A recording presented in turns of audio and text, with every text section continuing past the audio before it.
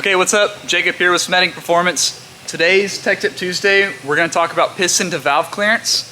And I have kind of the perfect engine to do it on. This is our 632 cubic inch big block Chevy.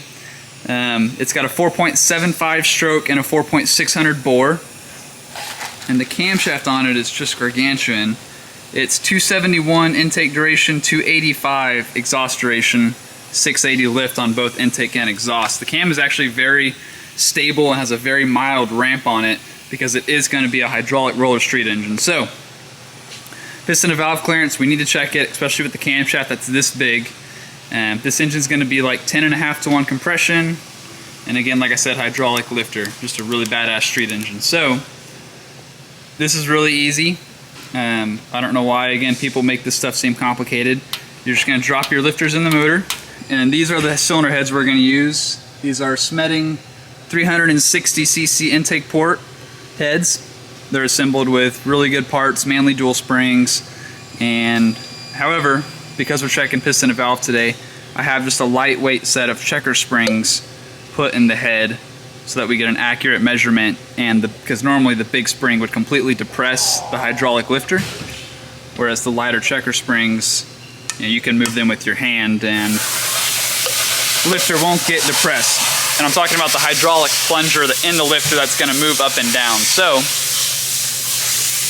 with the lifter in the engine and the light checker springs on the heads, I make sure the piston is super clean and dry and that we have no oil on it, because we want the clay to have a nice contact and stick on the piston. So, as if the engine was getting assembled, put our head gasket down.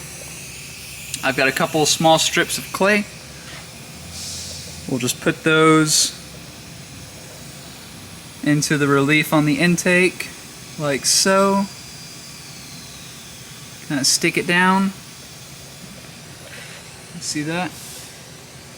And then on the exhaust, it's about here on a big block. Alright. Then on the cylinder head, which I have over here, I just take a little WD-40 and just kind of mist the valves.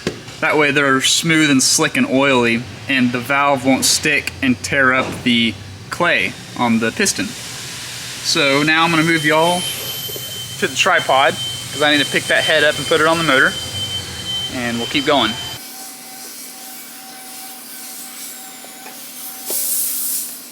Then I'll just take a few bolts around the cylinder, and I just run these in lightly with an impact.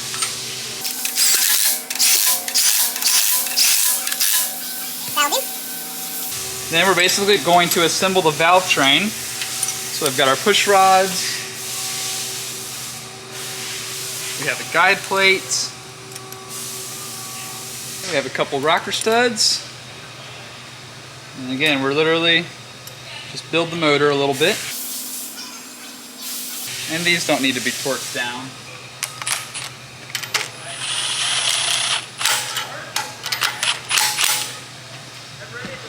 Run those down a little bit. And then we'll just pop our rocker arms on. Nice and simple.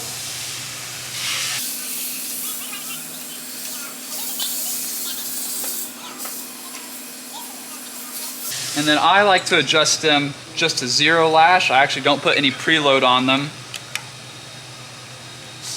Just go down to 0. Right there is fine.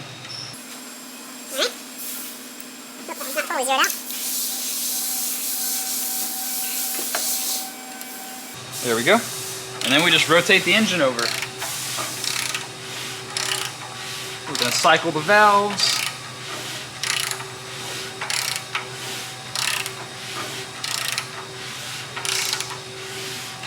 Couple times. That's it. Take your rockers off.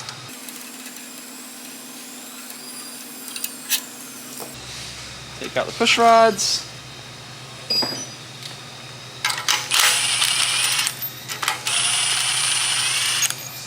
Take everything down and apart.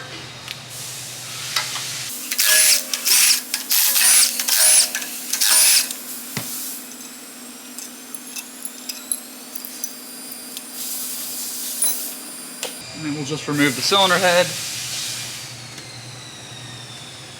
Okay. You'll notice the exhaust clay did not stick. It did pop off with the cylinder head, and that's okay. But first, let's look at the intake.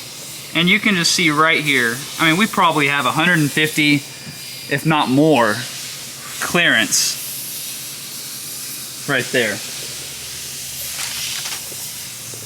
And if we come to the exhaust valve, we can probably pop this off the head. Let me get a really sharp razor. I'm just going to scrape this off. Boop. And guys, look, we didn't even touch this one. So that exhaust has a mile of clearance. And the intake one, what I'll do then, since we actually did touch it just a little bit right there, you can take a knife and cut it cleanly in half. Okay? Lay it down, and then you can actually see exactly where the valve hit. The valve came in right here, and we have, again, probably, gosh, 200 thousandths of piston to valve clearance on this engine. There's a good shot of it. So, even with the big 271, 285 duration camshaft, this engine is going to have a ton of valve clearance. I'm super happy about it. I can't wait to see this thing on the dyno. Make sure you subscribe. I've got part videos coming up of us finishing this engine really soon, and we are going to have it on the dyno and see just how much power this beast of an engine can make. And I'll see you guys then.